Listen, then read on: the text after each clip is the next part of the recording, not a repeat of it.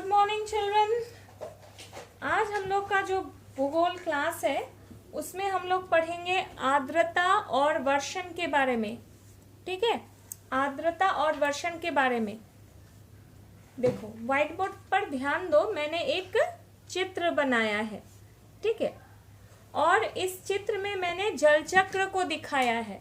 ठीक है, जल चक्र को दिखाया है। देखो मैंने यहाँ पे कुछ जल चक्र क्या है। सबसे पहला हमारा प्रश्न है कि जल चक्र क्या है।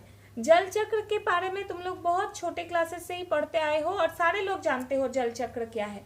मैं इसको थोड़ा क्लियर कर दूं। क्या होता है, गर्मी के समय देखो हमारे स्थल पर, हमारे धरातल पर जो भी नदियां हैं, तालाब हैं, समुंदर हैं, ठीक है, इनसे क्या होता है, पानी वाष्पीकृत होता है। इवेपोरेशन माने होता है वाष्पीकरण। तो पानी क्या होता है, सूर्य की गर्मी से नदी, नाले, तालाब, पोखर, समुंदर, हर जगह से पानी क्या होता है, वाष्पीकृत होता है। और वाष्पीकृत होने के बाद वाटर वेपर या जलवाष्प ऊपर जाता है और ऊपर जाने के बाद तुम लोग जानते हो क्या होता है, नॉर्मल लैप्स रेट, ह्रास नियम, साधारण ह्रास दर काम करता है। मतलब जितना ऊपर जाता है टेम्परेचर क्या होता है, टेम्परेचर कम हो जाता है। और टेम्परेचर कम हो जाने से जलवाष्प क्या होंगे, संघनन, उनमें संघनन की क्रिया शुरू होगी। संघनन माने होता है कंडेंसेशन, मतलब जलवाष्प धीरे धीरे जल में बदलेगा। और वो जल क्या होता है, जो हमारे डस्ट पार्टिकल्स है ना वायुमंडल में, धूल कण, तो उन धूल कणों पर क्या होता है, जलवाष्प बैठते हैं और बैठने के बाद वो क्या बनते हैं, बादल। ठीक है, बादल, clouds, formation of clouds take place. ठीक है, बादल बनते हैं और बादल बनने के बाद वो हवा में तैरते रहते हैं। लेकिन जब बादल इतना भारी हो जाता है कि वो तैर नहीं पाता है, तब वो क्या हो जाता है, प्रेसिपिटेशन हो जाता है। प्रेसिपिटेशन माने वर्षण, मतलब चाहे वो स्नोफॉल के रूप में हो या वर्षा के रूप में हो, किसी भी रूप में वो बरस जाता है। बरस के पानी कहाँ जाता है, फिर नदी, नाला, समुंदर, तालाब, पोखर, इन सब जगह में पानी जाता है। फिर क्या होता है, पानी इवेपोरेट होता है, वाष्पीकृत होता है। फिर संघनन होती है, बादल बनती है। फिर बादल बनने के बाद वर्षण होता है, प्रेसिपिटेशन होता है। तो यह क्या है, एक जल का चक्र है। ठीक है, जो हमेशा चलता रहता है। तो इसको हम लोग क्या कहते हैं, जल चक्र कहते हैं। कभी अगर जल चक्र पूछा गया, आप लोगों के पास समय नहीं है चित्र बनाने का, तो आप लोग इस तरह से भी लिख सकते हैं कि वाटर बॉडीज, मतलब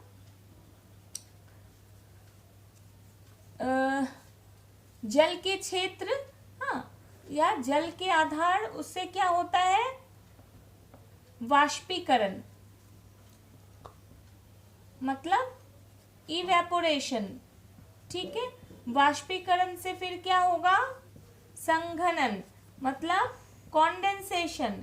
संघनन से क्या होगा, प्रेसिपिटेशन। प्रेसिपिटेशन मतलब क्या, वर्षण। ठीक है, और वर्षण फिर कहाँ चला जाएगा, जल में। तो एक देख रहे हो साइकिल ये चल रहा है, एक चक्र बन रहा है। इस चक्र को हम लोग क्या कहते हैं, जल चक्र। क्लियर है। अब हम लोग जानेंगे कि आर्द्रता क्या है, व्हाट इज ह्यूमिडिटी। आर्द्रता क्या है, तो वायुमंडल में उपस्थित जलवाष्प की मात्रा। आर्द्रता क्या है, what is humidity, amount of water vapour present in the air. वायुमंडल में उपस्थित जलवाष्प की मात्रा। ठीक है, वायुमंडल में उपस्थित जलवाष्प की मात्रा को हम लोग क्या कहते हैं, ह्यूमिडिटी कहते हैं। ठीक है, और इस ह्यूमिडिटी को हम लोग नापते किस यंत्र से है, एक यंत्र है जिसका क्या नाम है, हाइग्रोमीटर।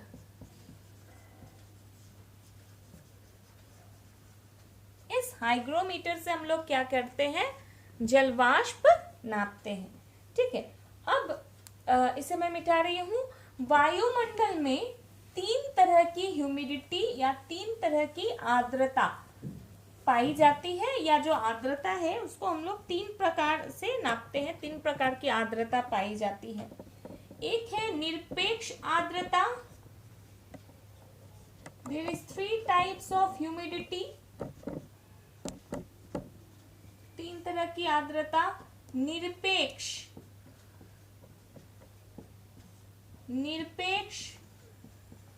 आर्द्रता, निरपेक्ष आर्द्रता माने एब्सोल्यूट ह्यूमिडिटी।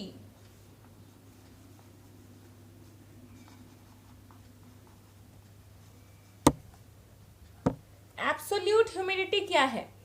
ठीक है, निरपेक्ष आर्द्रता क्या है? यह होता है कि, इसको ठीक से समझो, किसी निश्चित इकाई माने किसी निश्चित समय में एक इकाई आयतन में जो इकाई आयतन वायु में जितना जलवाष्प प्रेजेंट रहता है, माने एक निश्चित समय है, मान लो अभी कितना भी दोपहर का 1 बज रहा है, अभी एक निश्चित आयतन में, एक निश्चित इकाई में, ठीक है, तो निश्चित इकाई में जलवाष्प की जो मात्रा है उसको हम लोग क्या कहेंगे? वास्तविक आर्द्रता कहेंगे। माने एक जो आपका पूरा वायु वहां पे जो घन मतलब वायु का जो वॉल्यूम है उसमें जितना आर्द्रता है उसको हम लोग क्या कहेंगे? निरपेक्ष आर्द्रता। तो एक निश्चित समय में एक निश्चित वायु की इकाई में जो आर्द्रता मौजूद रहती है, जितना जलवाष्प मौजूद रहता है, उसको हम लोग निरपेक्ष आर्द्रता कहते हैं। इसको हम लोग किसमें नापते हैं? इसको हम लोग नापते हैं प्रति वर्ग सेंटीमीटर पर ग्राम। माने ग्राम क्या है? अमाउंट ऑफ वाटर वेपर, कितना जलवाष्प है प्रति घन सेंटीमीटर वायु में, माने पर क्यूबिक सेंटीमीटर वायु में कितना ग्राम ऑफ वाटर वेपर मौजूद है। ठीक है, क्यूबिक सेंटीमीटर मतलब उसका घन हो गया, आयतन हो गया, उसमें आपका कितना ग्राम वाटर वेपर मौजूद है, कितना ग्राम जलवाष्प मौजूद है, उसको हम लोग कहते हैं निरपेक्ष आर्द्रता। नेक्स्ट इज विशिष्ट आर्द्रता, माने स्पेसिफिक ह्यूमिडिटी।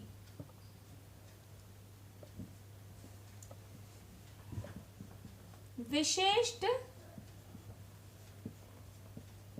आर्द्रता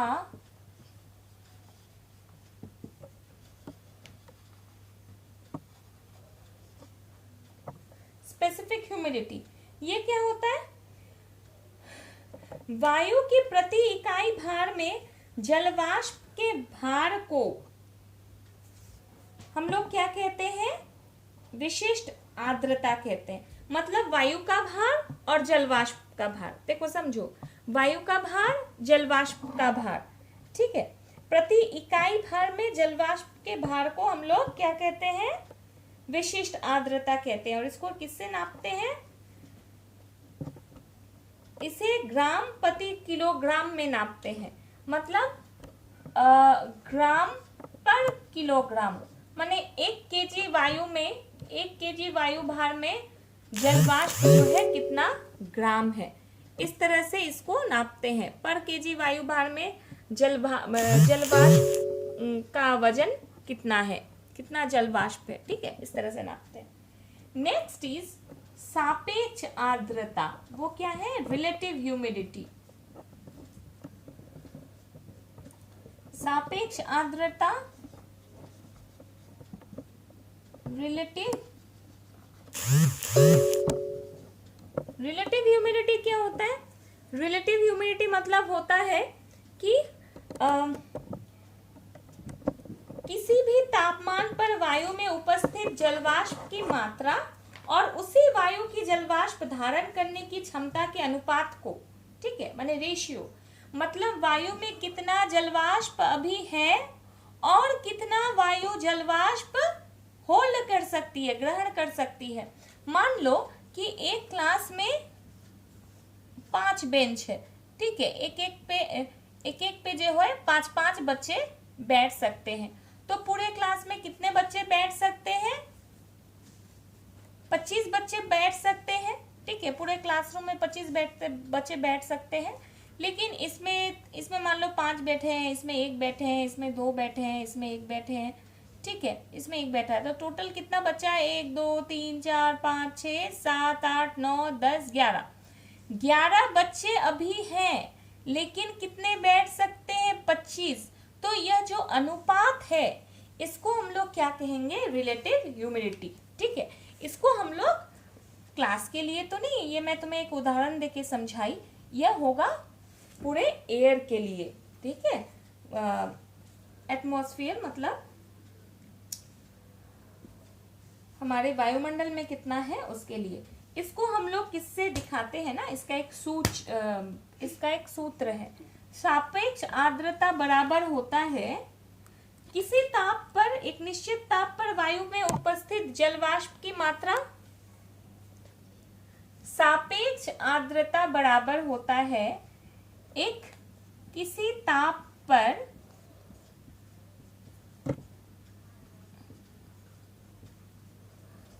वायु में विद्यमान जलवाष्प की मात्रा।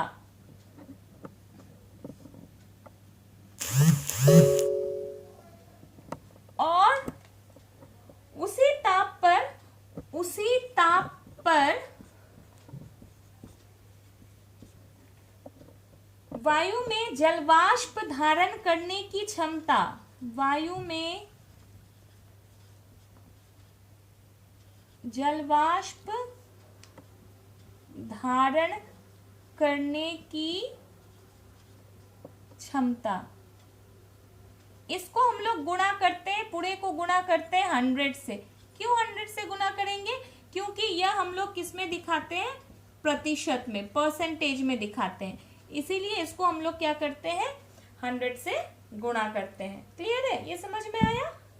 अच्छा, अब हम लोग जानेंगे, हम लोग 3 तरह का आर्द्रता देख लिए, निरपेक्ष आर्द्रता, सापेक्ष आर्द्रता और स्पेसिफिक मतलब विशिष्ट आर्द्रता, एब्सोल्यूट ह्यूमिडिटी, रिलेटिव ह्यूमिडिटी और स्पेसिफिक ह्यूमिडिटी। अब हम लोग देखेंगे संतृप्त वायु, सैचुरेटेड एयर। संतृप्त वायु, सैचुरेटेड एयर मतलब जितना उसकी कैपेसिटी है, जितना जल धारण करने की क्षमता है, उतना अगर वायु में जलवाष्प मौजूद हो जाता है तो उसको हम लोग क्या कहते हैं? उसको हम लोग कहते हैं संतृप्त वायु। जैसे मान लो कि क्लास में 25 बच्चे बैठ सकते हैं और 25 ही बच्चे हैं, तो उसको हम लोग क्या कहेंगे कि क्लासरूम हमारा क्या है? संतृप्त है और उसमें एक्स्ट्रा बैठ नहीं सकता है। लेकिन अगर उसमें उतना मात्रा नहीं है तो उसको हम लोग क्या कहेंगे? असंतृप्त वायु, ठीक है, असंतृप्त वायु। रिलेटिव ह्यूमिडिटी जितनी अधिक होगी उतना क्या होगा? आपका संतृप्त वायु जो है संतृप्त होती जाएगी। रिलेटिव ह्यूमिडिटी जितनी कम होगी उस माने वायु उतना ही आपका असंतृप्त है, ठीक है। ओसांक बिंदु, अब आया आपका ओसांक बिंदु, इसको इंग्लिश में कहते हैं ड्यू पॉइंट। इंग्लिश में क्या कहते हैं? Due point. तो जिस तापमान पर वायु संतृप्त हो जाती है उसको ओसांक बिंदु कहा जाता है, ठीक है, ध्यान से समझो। जिस तापमान पर वायु संतृप्त हो जाती है, the temperature at which the air gets saturated, जिस तापमान पर वायु संतृप्त हो जाती है उसको हम लोग क्या कहते हैं? ओसांक बिंदु कहते हैं, ठीक है।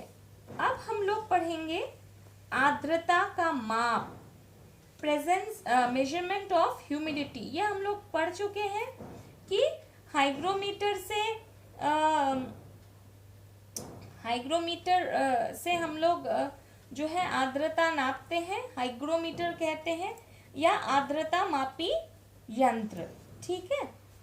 इसे शुष्क एवं आर्द्र आर्द्र बल्ब तापमापी, dry and wet bulb thermometer भी कहा जाता है। अब नेक्स्ट हम लोग देखेंगे संघनन। ठीक है, नेक्स्ट हम लोग क्या देखेंगे? संघनन। तो हम लोग अगले वीडियो में अच्छा, इसी में हम लोग संघनन को कर लेते हैं। अगले वीडियो में हम लोग प्रेसिपिटेशन को ध्यान से पढ़ेंगे। संघनन क्या है? संघनन माने कंडेंसेशन, जिसमें क्या होता है, जलवाष्प कितने बदलता है? जल में। संघनन के कुछ रूप, ठीक है, टाइप्स। कुछ टाइप्स क्या है? पहला टाइप है कोहरा, जिसको कि इंग्लिश में फॉग कहते हैं। ठीक है, फॉग मतलब वो डीओ वाला फॉग नहीं, फॉग मतलब यहाँ पे कोहरा। ठीक है, चल रहा है? धरातल के पास जब नम वायु का तापमान उषांक बिंदु तक पहुंच जाता है और हवा ठंडी होती है, तो संघनन के कारण जलवाष्प वायुमंडल में व्याप्त धूलकण आदि के चारों ओर एकत्र होकर छोटे छोटे जल में बदल जाती है। देखो क्या होता है, वायुमंडल के निचली सतह पर, मान लो कि ये हमारा धरातल है, वायुमंडल तो हर जगह है ना, यहाँ से पूरा ऊपर तक मान 400 किलोमीटर तक वायुमंडल है। तो धरातल के पास का जो वायु है, ठीक है, उसमें भी तो जलवाष्प है, उसमें भी जलवाष्प है। अब टेम्परेचर, इसलिए हम लोग फॉग कब देखते हैं? ठंडा में देखते हैं। अब टेम्परेचर कम होने के चलते ठीक है, दिन के समय तुम लोग कोहरा नहीं पाओगे, क्योंकि दिन के समय क्या होता है, यहाँ का तापमान, धरातल के तापमान के कारण यहाँ का तापमान अधिक होने लगता है। भोर के समय या रात में क्या होता है, धरातल तो आपकी ठंडी हो गई, तो धरातल के संस्पर्श में आके यहाँ का जो वायु है वो भी ठंडा हो गया। तो इस वायु में जो आपके वाटर वेपर हैं, जो जलवाष्प हैं, वो किस में बदल जाते हैं? वो पानी में बदल जाते हैं। और यहाँ पर क्या है, इस वायु में धूलकण भी है। पानी में बदलने के बाद वो क्या होता है, एक एक धूलकण पे वो बैठ जाता है और हवा में तैरता रहता है। ठीक है, तो इसी तैरते हुए जलवाष्प को हम लोग क्या कहते हैं? कोहरा कहते हैं, फॉग कहते हैं। इसके चलते क्या होता है, यहाँ पे ये चूंकि धरातल के बहुत पास होता है, तो हमारी दृष्टि क्या होती है? बाधित होती है। ठीक है, तो हवा में लटके हुए छोटे छोटे जल जो धरातल के बहुत पास ही बनते हैं, उसको हम लोग क्या कहते हैं? कोहरा कहते हैं, फॉग कहते हैं। समझ में आया बच्चों? ये ठंडा के समय हम लोग देखते हैं। दूसरा है धुआंसा या स्मॉग। धुआंसा या स्मॉग, देखो स्मॉग बनता किससे है? Fog plus smoke is equal to होता है smog. Smog is equal to क्या होता है? Fog plus smoke. ठीक है, धुआं। अब कुहासा है, इसमें अगर क्या होता है, धुएं के कण, जैसे आपके जब हम लोग गाड़ी से जो पेट्रोल निकलता है, या हम लोग लकड़ी जला रहे हैं, पुआल जला रहे हैं, कोयला जला रहे हैं, गाड़ी से जो पेट्रोल डीजल ये सब निकल रहा है, ठीक है, वो क्या होगा, उसके जो पार्टिकल्स है इस जलवाष्प में, ठीक है, अटक जाएंगे। ठीक है, तो ये क्या होगा, ये जो आपका कोहरा बनेगा वो और अधिक क्या होगा? घना हो जाएगा। ठीक है, तो उसको, उस घने कोहरे को हम लोग क्या कहेंगे?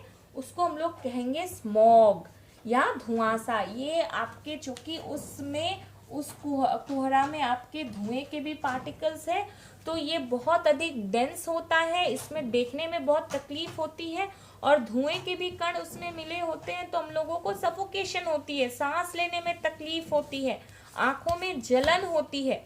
आप लोग देखिएगा दिल्ली में खास करके, ठीक है, या बड़े बड़े शहरों में जहाँ शीतकाल में बहुत अधिक ठंड पड़ती है, वहाँ क्या होती है, शीतकाल में स्मॉग बहुत हावी हो जाता है, और कभी कभी तो स्कूल भी बंद करना पड़ता है।